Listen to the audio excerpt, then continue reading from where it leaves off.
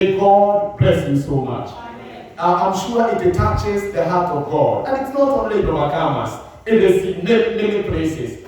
People are continuing with their programs because after the corona came, they got involved in programs. And God was given a kick from the patterns of our lives. I thank God. Like always, He has a remnant. Amen.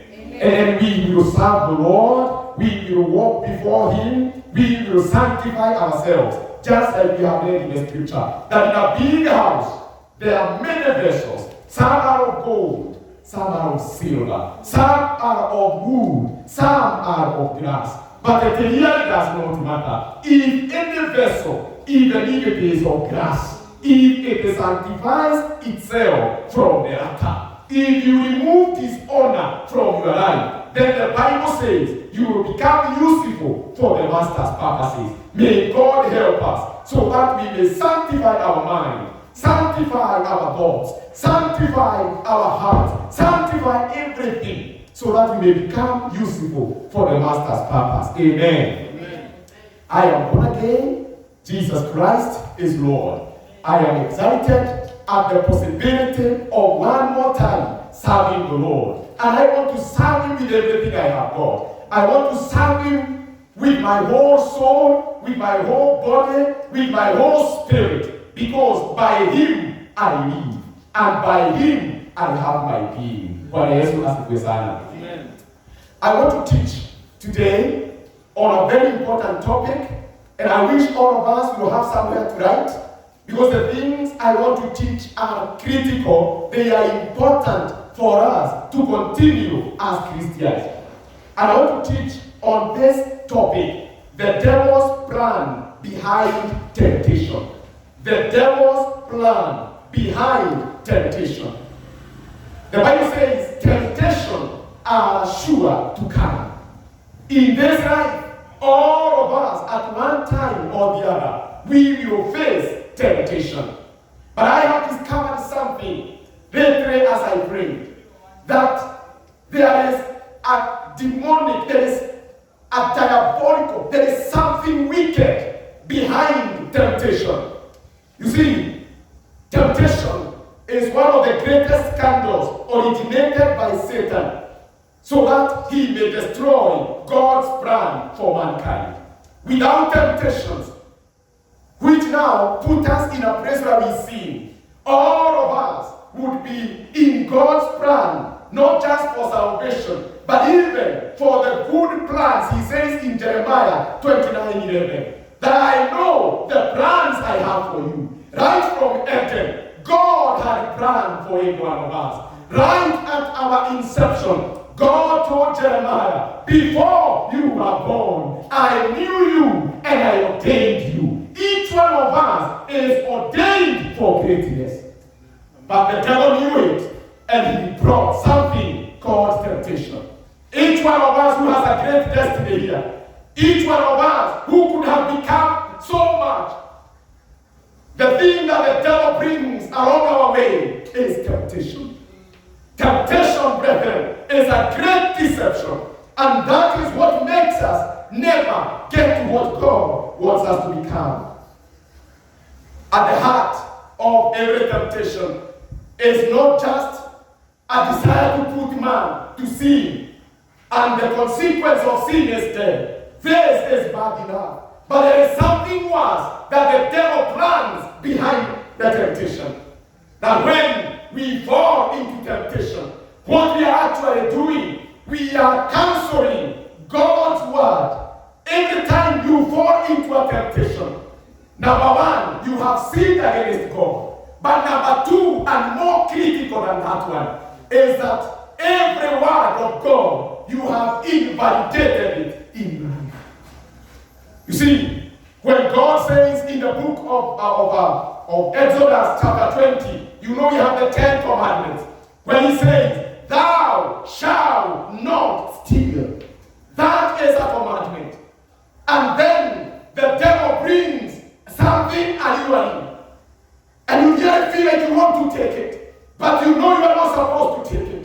If you take it, what you have done is to prove this word is not true. You are saying in your heart, God did not mean it when he said this.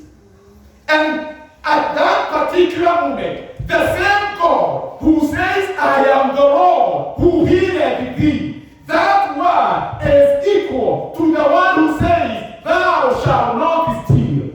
If I don't have the faith, if I cannot believe it, that God means it when he says, I will not steal and I have stolen, how do I stand before him and claim the promise of him? How do I do it?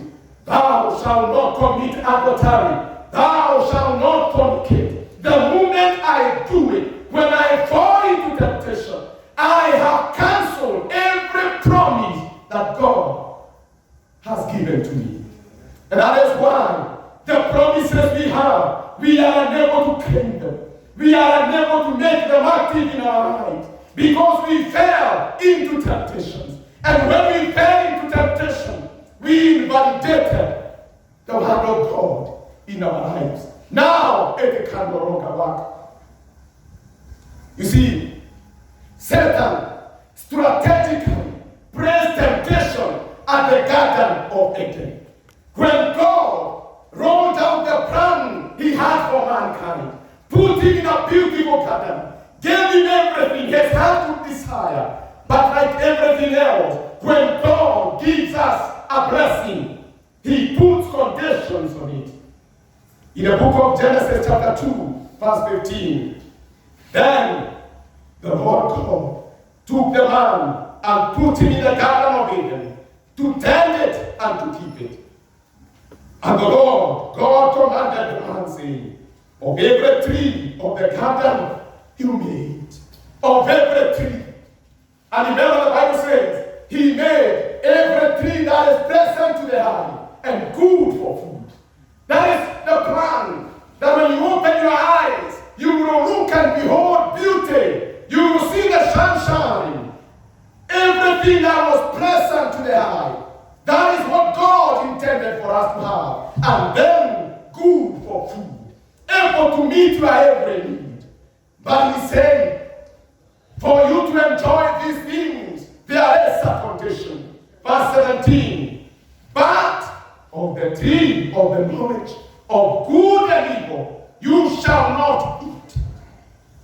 I want you to enjoy everything else. But there is something I don't want you to know.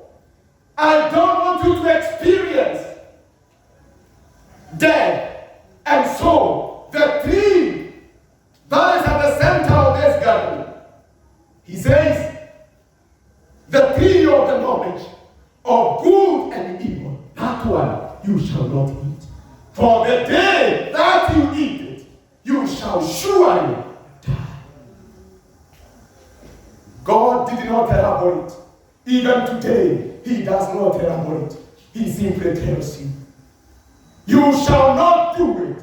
For the day you do it, you shall surely die. Enough said. The commandment was there. The beauty was there. And it was a choice for man to make. And brethren, that is what happens to each one of us today. God gives us an opportunity.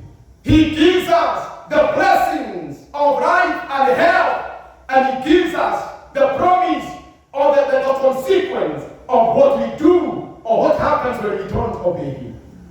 If God gives you a beautiful car, like the one he gave our sister the other day, you see, even when you work hard and you get it, with the beauty of the car comes conditions. If it tells you there are some things you can do to enjoy that car, and there are things you can do and win it. That is why you cannot put water on the fuel tank. You have to put fuel. And fuel is expensive. But if Esther wakes up, or Sister Metri, and decides, I will put water. Now, what happens from that moment, the vehicle stalls, and for it to ever move again, you will pay a pretty coin. you will go, you will pay. Ama aseme diesel is cheap. Kwa hivyo sitanunua hii ya pesa nyingi, weka diesel. Then you ignite. That is when you will know that with every blessing comes responsibility. Amen. You will enjoy the present sights and the good for food, but there is a condition.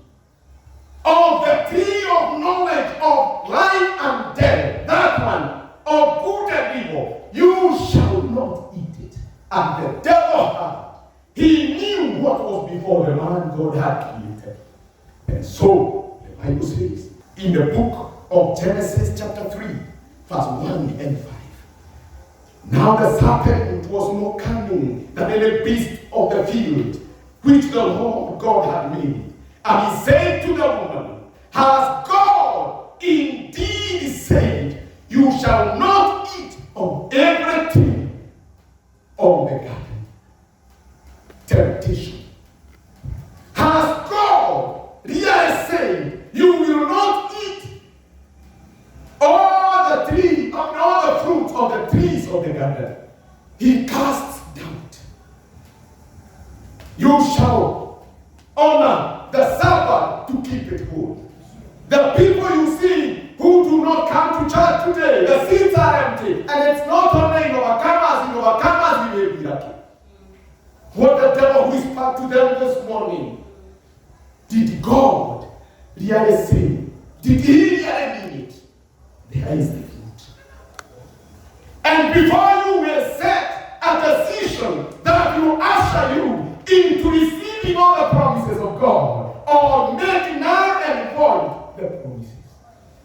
Did God really say, you shall not eat the fruit of the garden?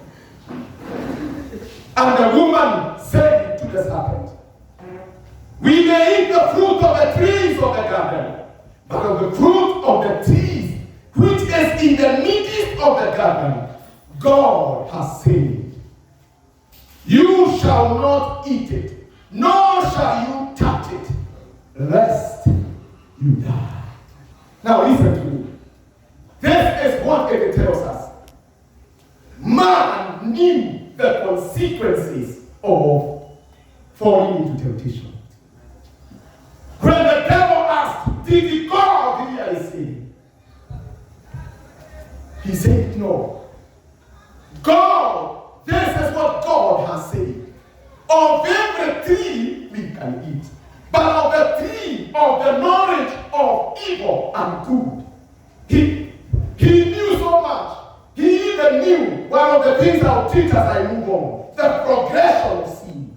He knew before I can commit it, I will have to touch. So she even added, God had not said do not touch. He had said you shall not eat. But the conscience was telling the woman, you shall not even touch. You will not dare to do it. And every Christian who succumbs to temptation, let him not tell you he did not know. He knows. By the time you book a room in a hotel room somewhere to meet where nobody can see you, forgetting that heaven is looking at you, you know the reason you are hiding, you know it is not. You know deep inside. And the woman said, no. He has said we can eat, but this one, we shall not eat. Because on the day she is preaching to the devil, on the day you touch it and eat it, you will surely die. And this is where the greatest deception of temptation comes in. We listen to the lies of the devil. You see, anything spoken by a lie is a lie.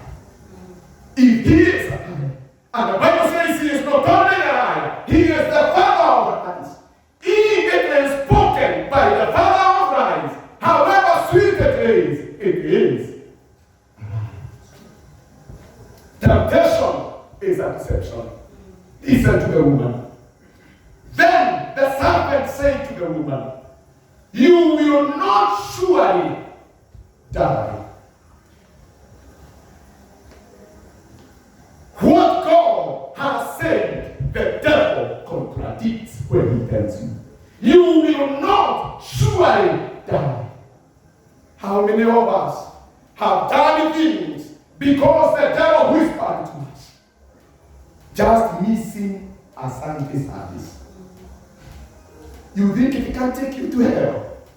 Did God really say you cannot miss one Sunday service? Did he really say that?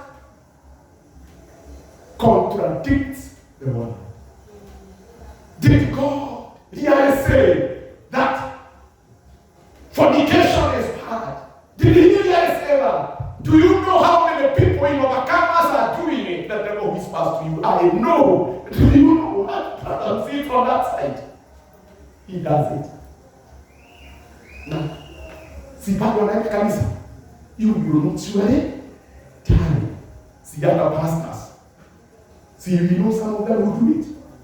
No. See, you have seen some of them even chased by media. The devil tells you, you will not surely die. So and so has not died. In fact, in Kenya, everybody has somebody on the side. And in any case, God knows how bad your wife is. He knows. Unafikiria Mungu hajui hivyo anafanya? Anajua. Did God really say no? Now listen. This is how it always comes in. Subtle, quietly. You think it will pull you no harm. And Satan says, for God knows that in the day you eat of it, your eyes will be opened, and you will be like God, knowing good and evil. The day you do it, and many of us have done it at the whispering of the devil. In the time you have disobeyed God, he whispered to you, did God hear us? Think about the things you don't do. Think about the commandments you break. Loving your neighbor. Think about it. God told you thou shalt love your neighbor as yourself. That is why it should touch you when he is going to hell. But it doesn't touch you. Why? Says no. God knows it cannot be done. It cannot be done. And it's not that we don't know the consequences. We know the consequences. It's just that the devil tells us it can happen to others, but it will not happen to me. Back in the day, when I was teaching in the secondary schools, we used to bring videos and movies about HIV and AIDS. And would invite boys and girls school into the halls. And would show photographs, pictures of people going through the pain of HIV, lying in beds with shrunken cheeks and stomachs that are inside. And as they get out of the hall, they would always keep away from each other for a moment. But you see, it never stops. The knowledge of what we go through never stops people from doing it. Why? It can happen to others, but it will not happen to me. Brethren, temptation is a deception. It contradicts what God has said. And as soon as you fall into temptation, your power to believe the other promises of God is taken away from you. I am the Lord who gives you the power to make wealth. That becomes invalid on the day you broke any of the commandments by getting into temptation. So what is temptation? Very quickly. The desire to do something, especially something wrong or unwise. Temptation is the desire. You've seen people fall in trenches when they are drunkard. But you think for you it will not happen. The desire to do something that is wrong, that is advice, that is temptation.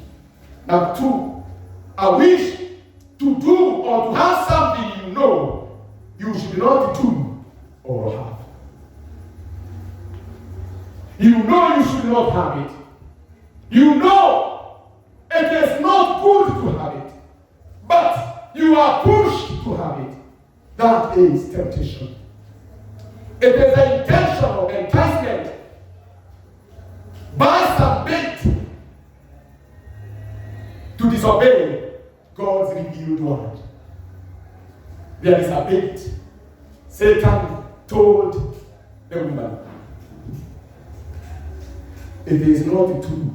What God is saying is not true. In fact, when you do it, your eyes will be open. What he never told them is what they will see when their eyes are open. He will never explain to you. Some young people here,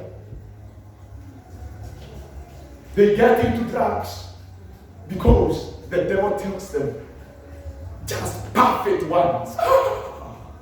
He says, this is my daughter's classmate. She says, yesterday, so and so gave me a powerful bang. God, we were high.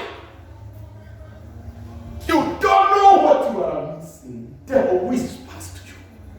But you never tell him that once you have powered it inside, the door is open.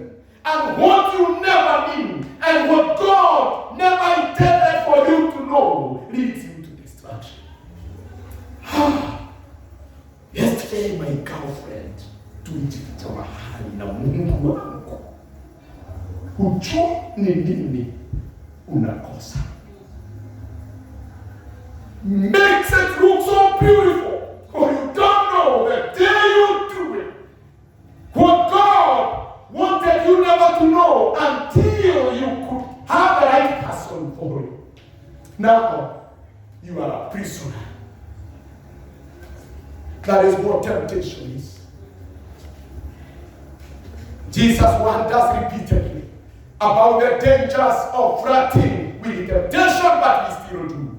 In the book of Mark chapter 14, verse 38, watch and pray that you enter into temptation. Watch, Jesus is saying, watch and pray. Brethren, watch and pray. If God has said that, He has every intention to do it. If He says there is hell, there is hell. I've spoken to my friends here who drink, and they don't want to do it, but they open the door, and now it is too late. One of them, I prayed for him here. I met him there. He was a cleaner of that new bar on this side. And he told me, Pastor, I wish I made it a church. Now when I wake up, when I can't sleep. Because when I go to sleep, big snakes always approach me and I have to wake up. And the snakes will not come until I have taken another one. Let me tell you, Jesus told us, watch and pray. Brethren, when you wake up in the morning and the devil puts temptation to watch and pray, because the day you enter it, in the temptation, the day you get in there, that is when you realize. And you see, Matthew chapter 6, verse 13, and do not lead us into temptation. When you pray in the morning, one of the things you will tell God, do not lead us into temptation. Jesus knows. Once you get in there, once you eat what is forbidden,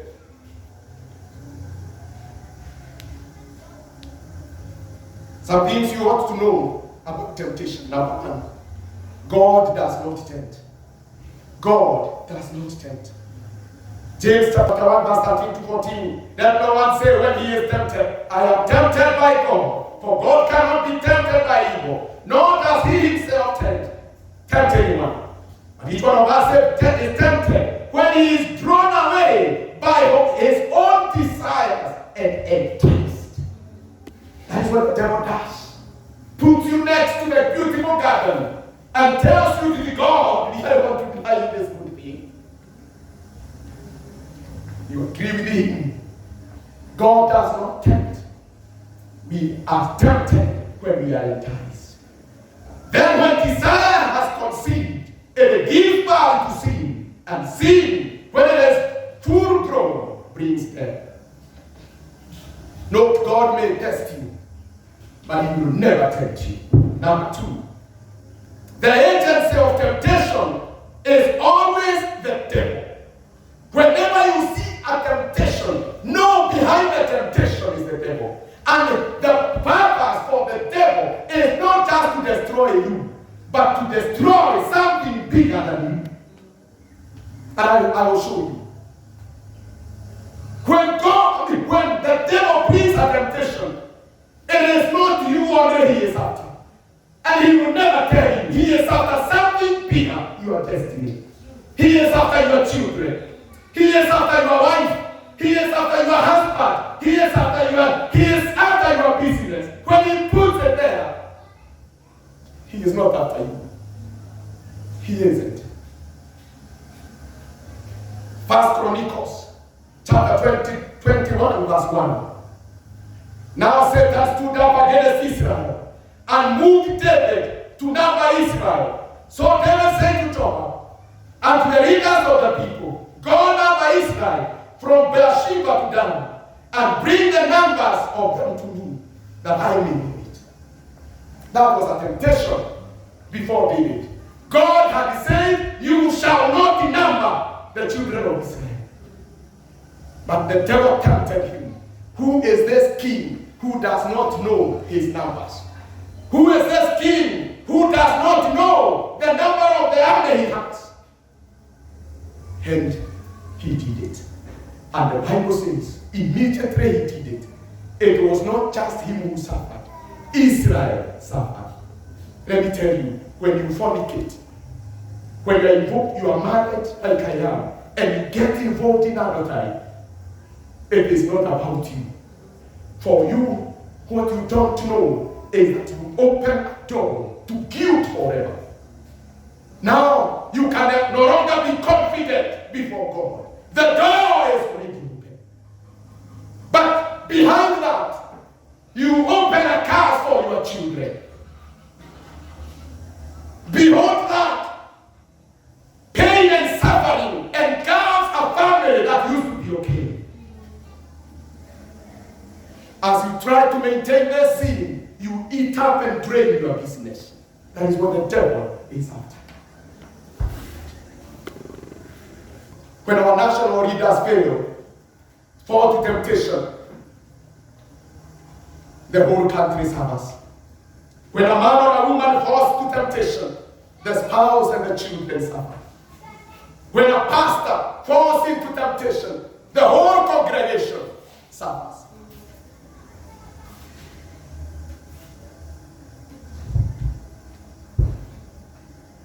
Brethren, the safest place to be is to run away from temptation. The greatest cure is to say no to the devil. If you want to receive the promises of God, if you want to read this word, and this word comes alive in your heart, the condition is that you must obey the whole word of God. The whole of it. Either the whole of it is true, or the whole of it is wrong. And when temptation comes, it is telling you, did God really say? I don't know how many of us have already given in to the devil. And we are already in the process of temptation, and we are falling. It is time to turn around. It is time to make up our mind. Because on Sunday, I want to teach you the process of temptation, so that you know its beginning. But even now, it is not too late to break away from temptation. There is no free gift from the devil. It comes with a terrible price. This morning, I can tell you, behind every temptation is a deception that nobody will ever know. But so you see, when your eyes are open, you see things you wish you never saw. You lose things you wish you never lost. That is why the only thing to do is to flee from temptation.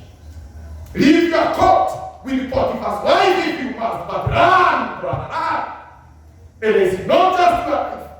It is your family. It is your church. It is your ministry. It is your children. Before you do it, think. When God asks for your time and He says that it belongs to me and you eat it, it is not just the time. It is your future. It is your destiny. It is what you could never have become. But now you have listened to the devil. That is what it means. It is not just missing one service. No. It is disobeying God and crossing out the promises of God. Are you ready to go through life with a cross to heaven because you disobeyed God?